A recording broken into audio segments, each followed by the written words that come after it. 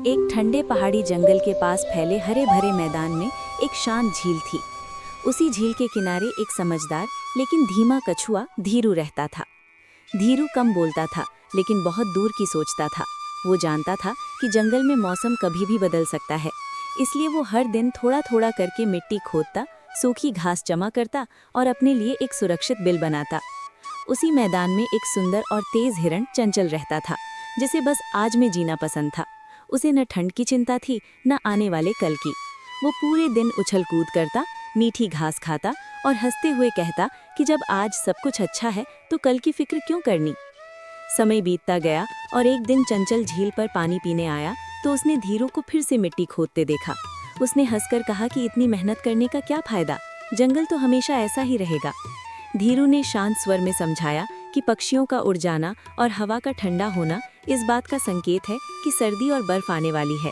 लेकिन चंचल ने उसकी बात को हल्के में ले लिया।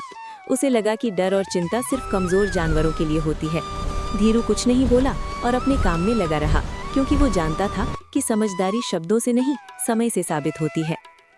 कुछ ही हफ्तों में जंगल का मिजाज बदलने लगा। हवाएं तेज हो गईं, रातें लंबी और ठंडी हो गईं और झील का पानी धीरे धीरे जमने लगा।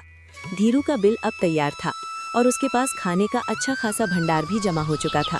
वहीं चंचल अभी भी खुले मैदान में घूम रहा था और मजाक उड़ाते हुए कह रहा था कि जिंदगी मिट्टी में छिपकर नहीं, खुले आसमान के नीचे जी जाती है। लेकिन एक रात अचानक तेज बर्फीली आंधी आ गई। पूरा मैदान सफेद चादर में ढक, घास गायब हो गई और ठंड हड्डियों तक उतर गई। उस भयानक ठंड में चंचल इधर उधर भागता रहा, लेकिन ना उसे खाने को कुछ मिला और न सिर छुपाने की जगह। ठंड और भूख से कांपता हुआ वो आखिरकार धीरू के बिल तक पहुंचा और मदद की गुहार लगाने लगा। धीरू ने बिना किसी शिकायत के उसे अपने बिल के अंदर बुला लिया, जहां गर्मी थी, सूखी घास थी और जमा किया हुआ खाना भी था। अंदर बैठकर चंचल को अपनी गलती का एहसास हुआ और उसने स्वीकार किया कि आज के मजे में उसने कल की तैयारी को नजरअंदाज कर दिया। जब बर्फ पिघली और मौसम सामान्य हुआ तब चंचल ने अपने व्यवहार को बदल लिया। अब वो सिर्फ तेज और चंचल नहीं रहा, बल्कि समझदार भी बन गया। उसने धीरू का धन्यवाद किया और सीख ली कि जंगल में वही सुरक्षित रहता है जो समय रहते तैयारी करता है।